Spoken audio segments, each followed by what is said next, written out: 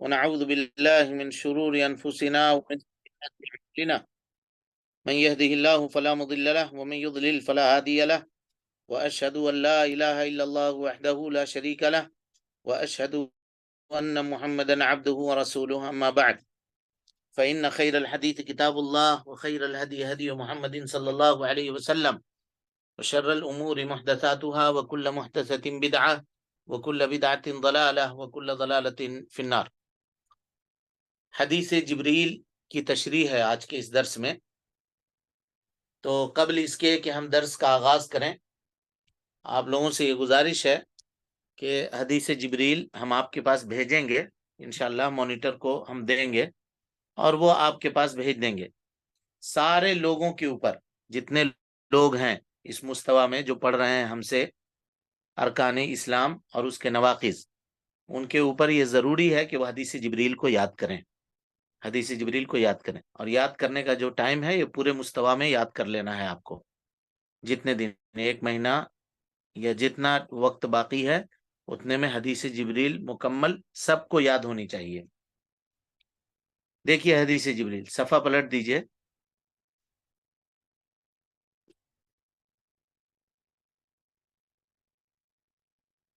کل یہ حدیث ہو گئی تھی نا جی، عبد الرحمن عمر ابن خطاب رضی اللہ تعالی ابن عمر والی روایت۔ حدیث جبریل کہتے ہیں حضرت عمر رضی اللہ تعالیٰ عنہ سے روایت ہے، کہتے ہیں کہ ایک دن ہم رسول اللہ صلی اللہ علیہ وسلم کے پاس بیٹھے ہوئے تھے، یعنی اللہ کے نبی صلی اللہ علیہ وسلم صحابہ کرام رضوان اللہ علیہم اجمعین کے ساتھ بیٹھے ہوئے تھے، تشریف فرماتے ایک مجلس میں۔ تو انتہائی سفید کپڑوں اور کالے بالوں والے ایک شخص آئے، انتہائی سفید کپڑوں اور کالے بالوں والے۔ اس کا ذکر اس لیے کیا کہ ہم میں سے کوئی آدمی ان کو پہچانتا نہیں تھا، یعنی وہاں پر جو صحابہ بیٹھے ہوئے تھے وہ ان کو پہچانتے نہیں تھے۔ ظاہر ہے اگر وہ مدینہ کے ہوتے تو لوگ جانتے، مدینہ چھوٹی بستی تھی، ایک دوسرے کو لوگ پہچانتے تھے۔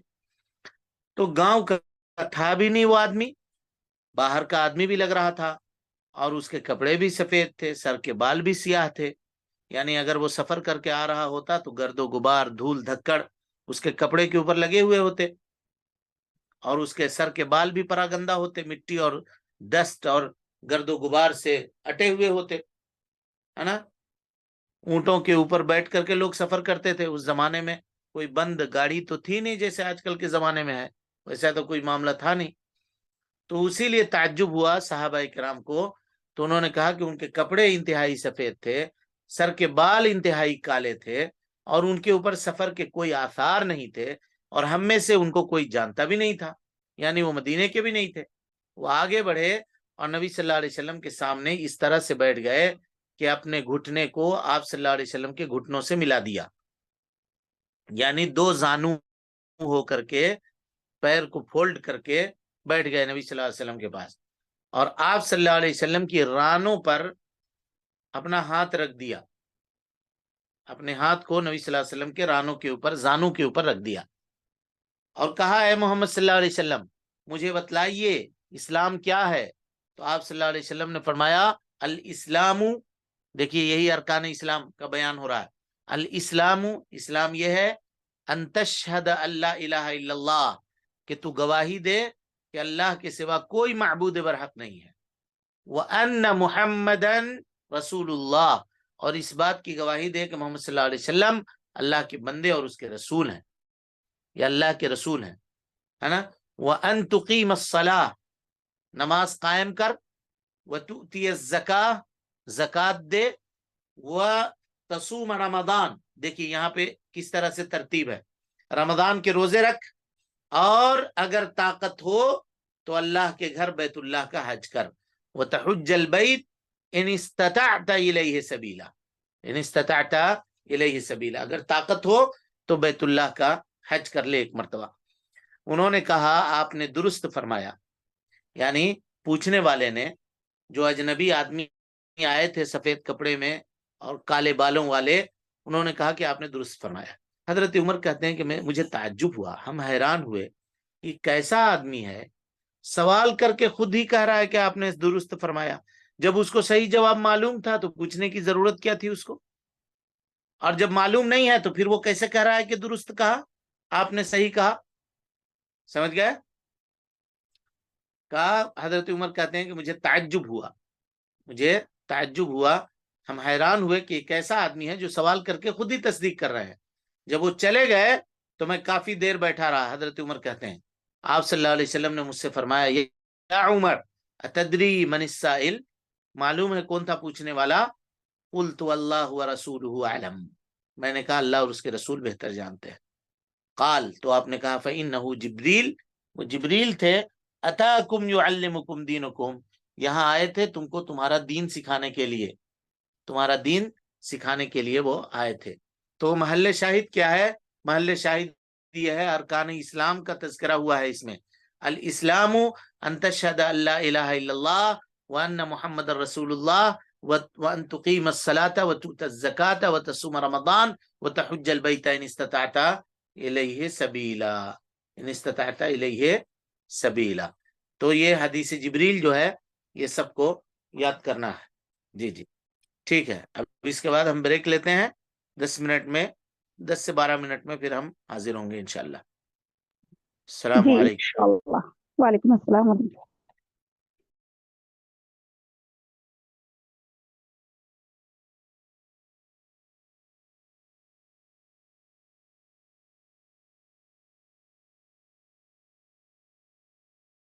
حدیث جبریل کے بعد چیز ہے وہ ہے کلمہ توحید کا مطلب۔ ابھی ایک ایک ارکان کے اوپر گفتگو کر رہے ہیں، سمجھ رہے ہیں؟ اب تک جو باتیں چل رہی تھی ہم لوگوں کی وہ اس سلسلے میں تمہیدی گفتگو تھی، مقدمے کے طور پر یہ باتیں آپ کے سامنے بتلائی گئی تھی۔ اب اسلام کے 5 ارکان ہیں، ہم یہ جان گئے۔ پہلا رکن کلمہ توحید لا الہ الا اللہ محمد رسول اللہ کا اقرار ہے۔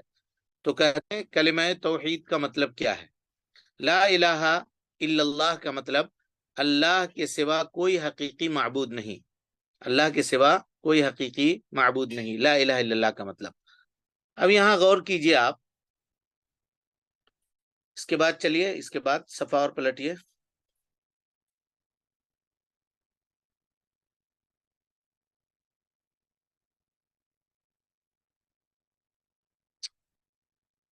بس یہی صفحہ تھا، ہاں اس کے بعد ایک پیج،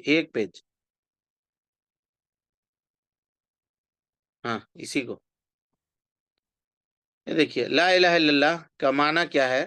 اللہ تعالی کے سوا کوئی حقیقی معبود نہیں ہے۔ یہاں ایک چیز غور کیجئے، اس کلمے میں پہلے کیا ہے جی؟ لا ہے، اس کو کہتے ہیں لا نفی۔ کیا کہتے ہیں؟ لا نفی جنس کہا جاتا ہے اس کو، یعنی دنیا میں جتنے معبودان باطلہ پائے جاتے ہیں ان تمام معبودان باطلہ کا پہلے انکار کرنا ہے، لا کے ذریعے سے سب کو انکار کر دیا۔ لا الہ، کوئی معبود نہیں ہے، کوئی معبود نہیں ہے، انکار کر دیا۔ اور اس کے بعد اقرار کیا اللہ رب العالمین کی توحید کا، الا اللہ، سوائے اللہ تعالیٰ کے، یعنی کوئی معبود برحق نہیں ہے سوائے اللہ تعالیٰ کے۔ اگر اس کے ترجمے میں ہم برحق نہ لگائیں تو معنی صحیح ہوگا جی کہ نہیں ہوگا؟ نہیں ہوگا شیخ۔ ہاں کیوں نہیں ہوگا؟ کیوں حقیقی نہیں ہوگا؟ معبود اللہ ہے، اس لیے برحق لگانا ضروری ہے۔ نہیں وہ تو ٹھیک ہے، لیکن اگر ہم یہ کہیں کہ اللہ کے سوا کوئی معبود نہیں ہے تو یہ معنی صحیح ہوگا کہ نہیں ہوگا؟ نہیں ہوگا، اس لیے نہیں ہوگا کہ اللہ کے علاوہ معبود بنا رکھے ہیں لوگ دنیا کے اندر، اور یہ کہنا کہ اللہ کے سوا کوئی معبود نہیں ہے یہ معنی صحیح ہی نہیں ہوگا۔ تو جو معبود بنا رکھے ہیں وہ باطل ہے، یہ بتانے کے لیے آپ کہیے کہ اللہ کے سوا کوئی معبود برحق نہیں ہے۔ ہاں معبودان باطلہ دنیا کے اندر بے شمار آپ کو ملیں گے، لاکھوں ملیں گے، کروڑوں ملیں گے، لیکن حق کے ساتھ جو معبود ہے، جو عبادت کے لائق ہے، وہ صرف اللہ رب العالمین کی ذات، اس کے علاوہ کوئی یہ حق نہیں رکھتا، چاہے اس کا تعلق فرشتے سے ہو، نبی سے ہو، ولی سے ہو، بزرگ سے ہو، پیر سے ہو، فقیر سے ہو، کسی سے بھی ہو، وہ یہ حق نہیں رکھتا کہ اس کی عبادت کی جائے۔ ٹھیک ہے؟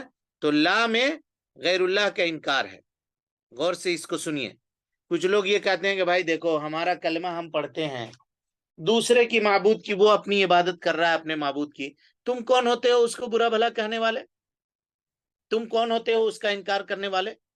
ایسے کہنے والے لوگ توحید کی تحقیق کرنے والے نہیں ہیں، اس لیے کہ توحید کے لیے ضروری ہے کہ پہلے معبودان باطلہ کا انکار کیا جائے، لا الہ، لا نفی جنس، تمام معبودان باطلہ کا انکار، اور اس کے بعد اللہ تعالی کی ربوبیت، اس کی الوہیت، اس کے اسماء اور صفات کا اقرار۔ اسی کو اللہ کے نبی صلی اللہ علیہ وسلم نے فرمایا، من قال لا الہ الا اللہ، جو آدمی لا الہ الا اللہ کہے، وَكَفَرَ بِمَا يُعْبَدُ مِن دُونِ اللَّهِ، اور اللہ کے علاوہ جن جن چیزوں کی عبادت کی جاتی ہے اس کا انکار کرے، حرم مالہ ودمہ، تو اس کا مال اور اس کا خون حرام ہے، وحسابہ علی اللہ عز وجل، اور اگر وہ اس کے علاوہ کوئی گناہ کا کام کرتا ہے تو اس کا حساب اللہ رب العالمین کے پاس ہے، اگر وہ توبہ کیے بغیر مر گیا تو اللہ تعالیٰ اس کا بدلہ اس کو دے گا، اس کی سزا اس کو دے گا، چاہے گا تو اس کو معاف کر دے گا، وہ اللہ کے پاس اس کا حساب ہے، اللہ سمجھے گا کہ اس کے ساتھ کیا کرنا ہے کیا نہیں کرنا ہے، وہ اللہ رب العالمین بہتر جانتا ہے اس شخص کے تعلق سے اور اس کے معاملے کے تعلق سے، ٹھیک ہے؟ تو اللہ کے نبی صلی اللہ علیہ وسلم نے فرمایا، من قال لا الہ الا اللہ وکفر بما یعبد من دون اللہ۔ یہاں دیکھیے صرف لا الہ الا اللہ کہنے سے کام نہیں چلے گا جی، اس کے ساتھ غیر اللہ کا انکار بھی کرنا پڑے گا، غیر اللہ کا انکار بھی کرنا پڑے گا۔ تو اس سے یہ پتا چلا کہ لا الہ الا اللہ، غور سے سمجھیے، کلمہ لا الہ الا اللہ جس کو کلمہ توحید کہتے ہیں، اس کے کتنے ارکان ہیں؟ اس کے کتنے ارکان ہیں جی؟ شیخ دو، کیا کیا؟ نفی اور اس بات، نفی اور اس بات۔ لا الہ نفی ہے اور الا اللہ یہ کیا ہے؟ اس بات ہے، اس کو یاد رکھیے گا خوب اچھے سے۔ لا الہ الا اللہ کے کلمہ توحید کے دو ارکان ہیں، ایک نفی، دوسرا اس بات۔ لا الہ نفی کے اوپر دلالت کرتا ہے اور الا اللہ یہ اس بات کے اوپر دلالت کرتا ہے۔ نفی مانے انکار کرنا، اس بات مانے ثابت کرنا۔ جب تک کلمے کے اندر یہ دونوں چیزیں موجود نہ ہوں تب تک آدمی مومن نہیں ہو سکتا، تب تک آدمی مومن نہیں ہو سکتا۔ جی چلیے، اس کے بعد کلمہ توحید کا مطلب کیا؟ مطلب ہے کلمہ توحید کا، تو کہتے ہیں صرف اللہ ہی معبود ہے، معبود برحق صرف اللہ رب العالمین ہے، یہ کلمہ توحید کا مطلب ہے۔ کہا من قال لا الہ الا اللہ مخلصا دخل الجنہ، جو آدمی لا الہ الا اللہ خلوص کے ساتھ، خالصتا لوجہ اللہ، اگر لا الہ الا اللہ کا اقرار کرے تو وہ آدمی جنت میں داخل ہوگا، مخلصا، خلوص کے ساتھ۔ مخلص کون ہے جی؟ تو جو اس کلمہ توحید کو اچھی طرح سمجھے، سب سے پہلی چیز اس کے مطابق عمل کرے، اور نمبر 3 اس سے اپنی دعوت کی ابتدا کرے، لا الہ الا اللہ سے اپنے دعوت کی ابتدا کرے۔ اب کلمہ توحید کا مطلب آپ سمجھیے، لا الہ الا اللہ وحدہ لا شریک لہ۔ لا الہ یہ کیا ہے جی؟ بولیے کیا ہے؟ ابھی بتلایا، بولیے، بولنے میں تردد نہیں کیجیے، بولیے لو۔ نفی ہے، نفی ہے۔ اور الا اللہ یہ کیا ہے؟ اس بات، اس بات ہے۔ وحدہ یہ کیا ہے؟ اس بات، اس بات کی تاکید ہے، کیا کہیے گا؟ اس بات کی تاکید، اس بات کی تاکید ہے۔ لا شریک لہ یہ کیا ہے؟ نفی، نفی کی تاکید ہے، نفی کی یہ نفی کی تاکید ہے۔ اس کو خوب اچھی طرح سے یاد کیجیے گا اور سمجھیے گا، ایگزام میں اسی طرح کے سوالات آئیں گے عام طور پر، سیدھا سیدھا جیسے آپ کی کتاب میں لکھا ہوا ویسے سوالات نہیں آئیں گے۔ لا الہ یہ نفی ہے، الا اللہ اس بات ہے، وحدہ یہ اس بات کی تاکید ہے، لا شریک لہ یہ نفی کی تاکید ہے۔ دونوں چیزیں بیک وقت موجود ہونا ضروری ہے اگر کوئی آدمی ایک چیز کا اقرار کرے ایک چیز کا اقرار نہیں کرے تو وہ آدمی مومن نہیں ہو سکتا. اسی طریقے سے لا الہ الا اللہ کے اقرار میں آدمی کا مخلص ہونا ضروری ہے. مخلص ہونا ضروری ہے. مخلص کا کیا مطلب ہے؟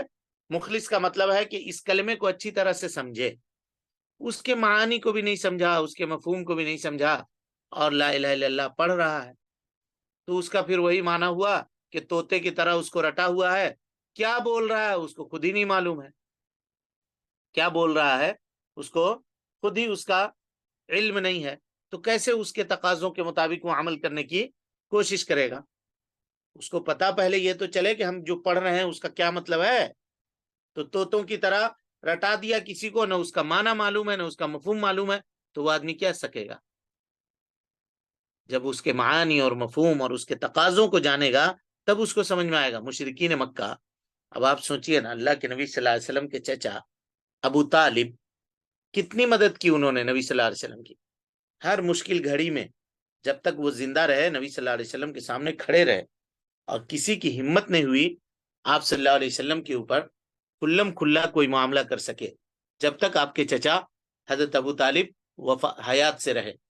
جب ان کی وفات ہو گئی تو نبی صلی اللہ علیہ وسلم کے اوپر مشکل کی گھڑی مکے کے اندر آ گئی. آپ سب کو معلوم ہے، اتنے پیارے اور محبوب چچا، بھتیجے سے محبت کرنے والے، اللہ کے نبی صلی اللہ علیہ وسلم جب ان کے پاس گئے اور کہا کہ چچا لا الہ الا اللہ پڑھ لیجئے، یہ ایک ایسا کلمہ ہے کہ ہم قیامت کے دن اللہ کے سامنے سفارش کریں گے آپ کے لیے کہ میرے چچا نے مرتے وقت کم سے کم لا الہ الا اللہ کا اقرار کر لیا تھا.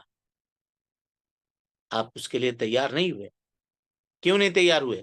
کہا اترغب عن ملت عبد المطلب، عبد المطلب کے دین کو چھوڑ دو گے؟ مطلب یہ کلمہ، اس کے معانی اور اس کے مفہوم کو وہ سمجھتے تھے آج کل کے مسلمانوں سے زیادہ. اب لا الہ الا اللہ پڑھتا بھی ہے اور کہتا ہے کہ باپ دادا کی پرمپرا ہے مزار جانا، ہم چھوڑ دیں گے؟ باپ دادا چادر چڑھایا کرتے تھے مزار کے اوپر، ہم چھوڑ دیں گے؟ لا الہ الا اللہ پڑھا تو کیا پڑھا، کیا مطلب؟ یہ بھی کریں گے وہ بھی کریں گے. تو ایسا کرنے والا آدمی مومن ہو سکتا ہے جی؟ ہرگز نہیں ہو سکتا. ہم لوگوں نے کلمے کے مفہوم کو اور اس کے تقاضے کو سمجھا ہی نہیں ہے. بس باپ دادا کلمہ پڑھتے تھے، انہوں نے بتلا دیا، انہوں نے سکھلا دیا، بس ہم پڑھ رہے ہیں، معنی معلوم نہیں ہے، مطلب اس کا نہیں سمجھتے ہیں، اس کے مفہوم کا ادراک نہیں ہے، بس بولے جا رہے ہیں. اب ایک آدمی تھا، کچھ لوگ ہوتے ہیں نا، مطلب قصے کی بات ہے، آ جائے درمیان میں تو کوئی مسئلہ نہیں ہے، ذائقہ بدل جائے گا آپ لوگوں کا بھی اور ہمارا بھی. کیا ایک آدمی تھا، اس کو پرندوں سے بہت محبت تھی، تو وہ روز دیکھتا تھا بیچارہ کہ شکاری آتا ہے، جال ڈالتا ہے، ان پرندوں کو پکڑ کر کے لے جاتا ہے. اس کو بڑا افسوس ہوتا تھا. تو اس نے سوچا کہ کیسے کریں، کچھ نہ کچھ تو راستہ نکالنا پڑے گا ان کے بچانے کا. تو اس نے 4-5 طوطوں کو پکڑا اور پکڑنے کے بعد ان کو سکھایا. کہا سنو، شکاری آئے گا، دانا ڈالے گا، جال بچھائے گا، لیکن کوئی پھنسنا نہیں، لیکن کوئی پھنسنا نہیں. سکھا دیا اس نے. اب وہ طوطے جو ہے وہ سیکھ گئے، وہ بولنے لگے، شکاری آئے گا، دانا ڈالے گا، جال بچھائے گا، لیکن کوئی پھنسنا نہیں. جب وہ سیکھ گئے اچھی طرح سے تو ان کو چھوڑ دیا. اب وہ جو اب اپنے جھنڈ میں گئے تو یہی بولتے بولتے سارے طوطوں کو انہوں نے یہ سکھلا دیا، شکاری آئے گا اور دانا ڈالے گا، جال بچھائے گا، کوئی پھنسنا نہیں. شکاری آیا بیچارہ، دیکھا تو کہہ رہا کہ یہ طوطے تو اب یہ کہہ رہے ہیں کہ شکاری آئے گا، اب لگتا ہے ہماری قسمت میں کچھ پھنسنا نہیں ہے. پھر بھی اس نے بادل ناخواستہ دانا ڈالا، جال بچھایا اور بچھا کر کے انتظار کرنے لگا. دیکھا کہ وہ سارے کے سارے طوطے آ کر کے اس میں پھنس گئے. تو اب جو آدمی جس نے اتنی محنت کی تھی، طوطوں کو سکھلایا تھا، اس نے کہا لاکھ طوطے کو پڑھایا پر وہ طوطا ہی رہا. سمجھ رہے ہیں؟ تو طوطے کی طرح رٹ لینے سے بغیر معنی اور مفہوم کے سمجھے ہوئے انسان برائیوں کے اندر مبتلا ہوگا. لیکن لا الہ الا اللہ کے تقاضے، اس کے شروط اور ان تمام چیزوں کے آگاہی جب اس کے دل میں ہو جائے گی تو وہ لا الہ الا اللہ کے حقوق کو پورے طور پہ ادا کرنے والا ہوگا. تو مخلص کون ہے؟ تو کہا جو اس کلمہ توحید کو اچھی طرح سمجھے، اس کو سمجھے کہ اس کے اقرار کرنے کے بعد جتنے معبودان باطلہ دنیا کے اندر پائے جاتے ہیں ان تمام کا انکار کرنا پڑے گا. اس کو یہ سمجھنا پڑے گا کہ اس کے جو تقاضے ہیں ان تقاضوں کے مطابق ہم کو زندگی گزارنی پڑے گی. لا الہ الا اللہ بھی بول رہا ہے، جھوٹ بھی بول رہا ہے. لا الہ الا اللہ بھی بول رہا ہے، بے نمازی ہے. لا الہ الا اللہ محمد رسول اللہ کا اقرار کر رہا ہے، نبی صلی اللہ علیہ وسلم کی سنتوں کا انکار کر رہا ہے.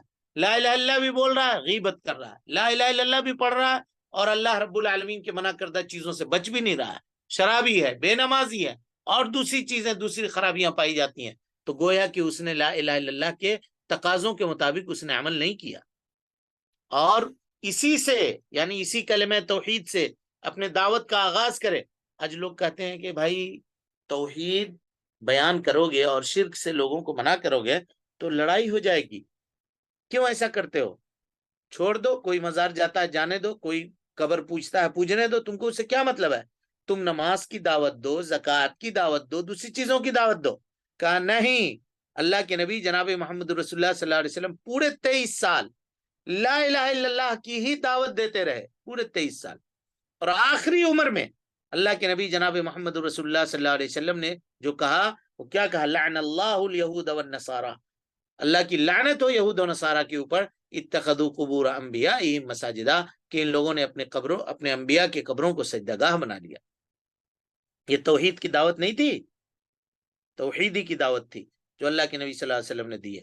وَلَقَدْ بَعَثْنَا فِي كُلِّ أُمَّةٍ رَسُولًا أَنِ اعْبُدُوا اللَّهَ وَاجْتَنِبُوا الطَّاغُوتَ. اللہ تعالیٰ کہتا ہے کہ ہر امت میں ہم نے ایک رسول بھیجا، اس کا کام یہ تھا کہ وہ ایک اللہ کی عبادت کی دعوت دیتا تھا اور طاغوت، اللہ کے علاوہ جن جن چیزوں کی عبادت کی جاتی ہے ان سے یہ منع کرتا تھا، روکتا تھا. کلمہ توحید کی تلقین، کلمہ توحید کی تلقین کرنا. اللہ کے نبی جناب محمد رسول اللہ صلی اللہ علیہ وسلم نے فرمایا لقنوا موتاکم لا الہ الا اللہ فإنه من كان آخر كلامه لا إله إلا الله عند الموت دخل الجنة يوما من الدهر وإن أصابه قبل ذلك ما أصابه قبل ذلك ما أصابه.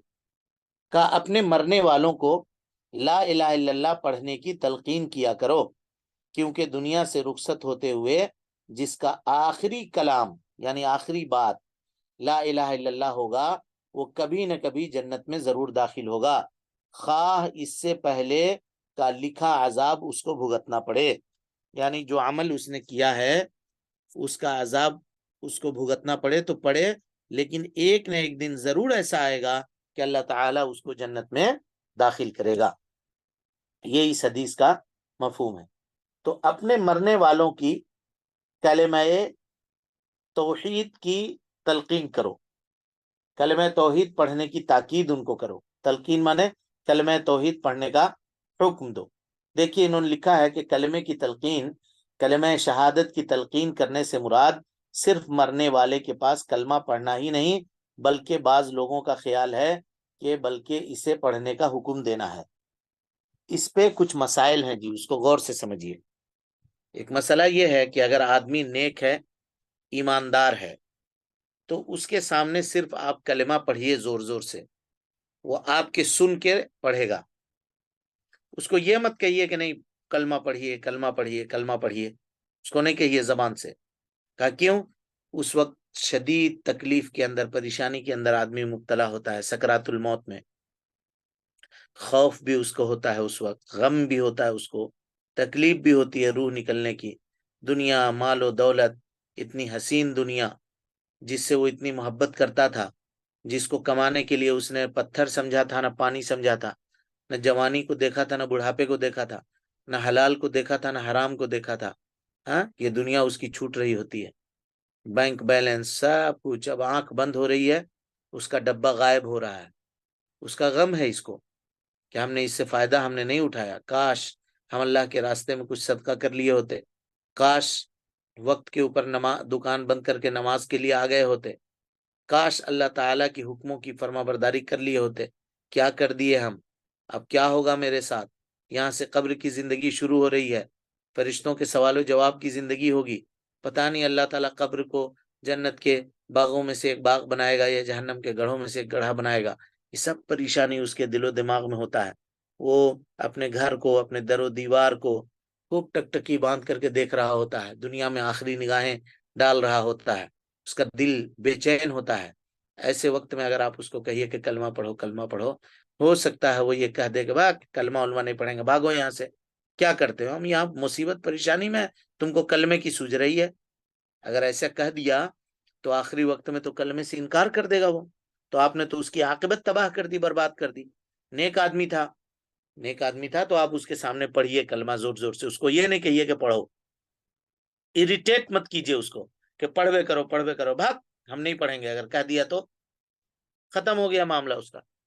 لہذا نیک اگر آدمی ہے، مومن آدمی ہے، مسلمان آدمی ہے، تو اس کے سامنے زور زور سے کلمہ پڑھیے۔ آپ پڑھنے کے لیے اس کو نہ کہیے ابا پڑھیے کلمہ، ابا کلمہ پڑھیے، امی کلمہ پڑھیے، ایسا نہیں کہیے، بھائی کلمہ پڑھیے نہیں کہیے، پڑھیے آپ پڑھیے، آپ کو سن کر کے اللہ کی توفیق ہوگی تو وہ پڑھے گا۔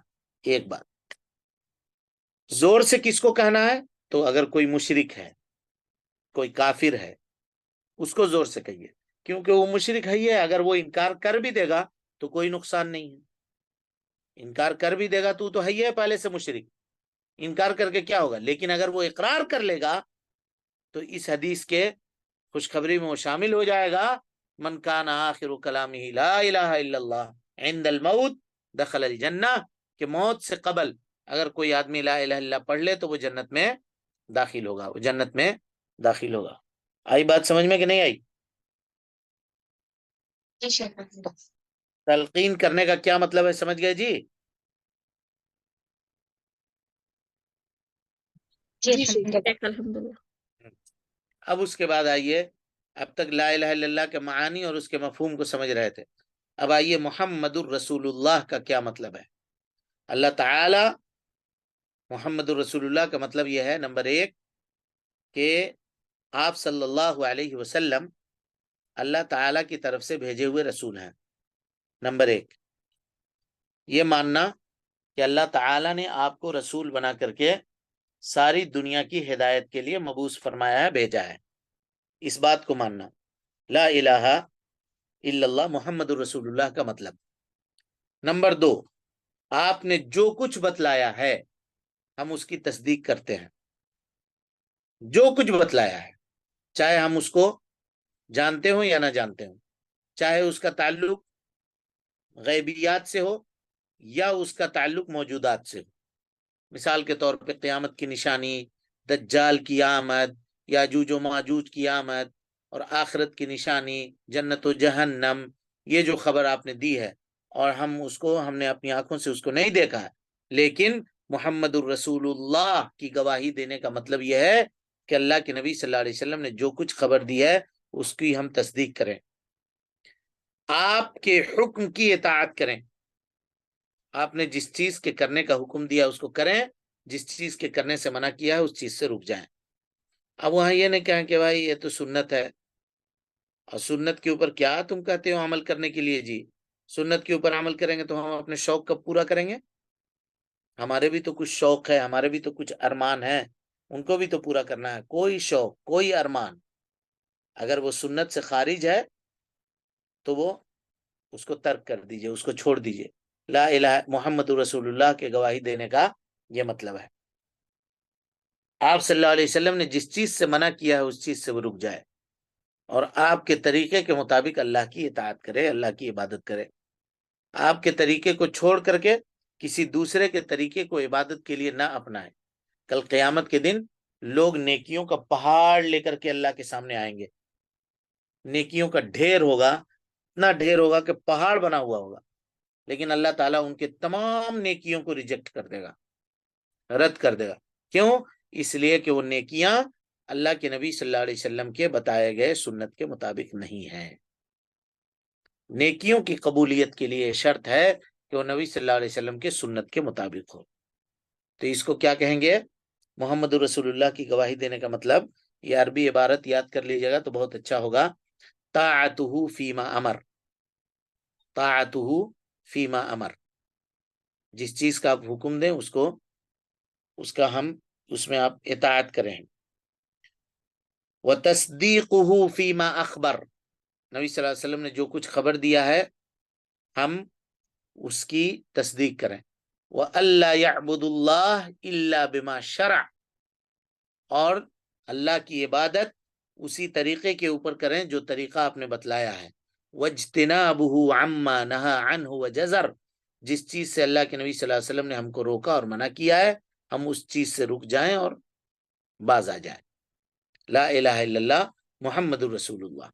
اور محمد الرسول اللہ کی گواہی کا ایک مطلب یہ بھی ہے کہ آپ اللہ کے بھیجے ہوئے رسول ہیں اور آپ انسان ہیں، آپ اللہ کے بندے ہیں، اللہ کے مخلوق ہیں. آپ کی عبادت نہیں کی جائے گی، آپ کی عبادت نہیں کی جائے گی. اور اس کا ایک مطلب یہ بھی ہے کہ آپ رسول ہیں، اس لیے آپ کی تکذیب نہیں کی جائے گی، آپ کو جھٹلایا نہیں جائے گا. جس چیز کی آپ خبر دیں آنکھ بند کر کے اس کو تسلیم کرنا ہوگا، من وعن اس کو اپنی عملی زندگی کے اندر نافذ کرنا ہوگا. اگر ہم ایسا نہیں کرتے ہیں تو ہم محمد رسول اللہ کی گواہی دینے والے نہیں ہیں. سمجھ میں آئی بات جی کہ نہیں آئی؟ جی محمد رسول اللہ کی گواہی دینے کا یہ مطلب ہے. اس کو غور سے یاد کیجئے گا اور سمجھنے کی کوشش کیجئے گا. نبی صلی اللہ علیہ وسلم کی شان میں مبالغہ آرائی، یہ انشاءاللہ ہم لوگ آئندہ کے درس میں، کل کے درس میں پڑھیں گے کہ کس طرح سے امت اپنے نبی کے معاملے میں، نبی کے حق میں گمراہ ہوئی اور کس طرح سے شرک کے دروازے کو لوگوں نے اپنے اوپر کھول لیا. شرک کے دروازے کو لوگوں نے اپنے اوپر کھول لیا. اللہ رب العالمین سے دعا ہے کہ اللہ تعالی ہمیں اور آپ کو حسن عمل کی توفیق دے، ہم سب کی اصلاح فرمائے، نیکیوں کو قبول کرے، سیئات سے درگزر فرمائے، جب تک زندہ رکھے دین اسلام پہ زندہ رکھے، اور جب اٹھائے ایمان پہ اٹھائے. آمین. واخر دعوانا ان الحمد للہ رب العالمین.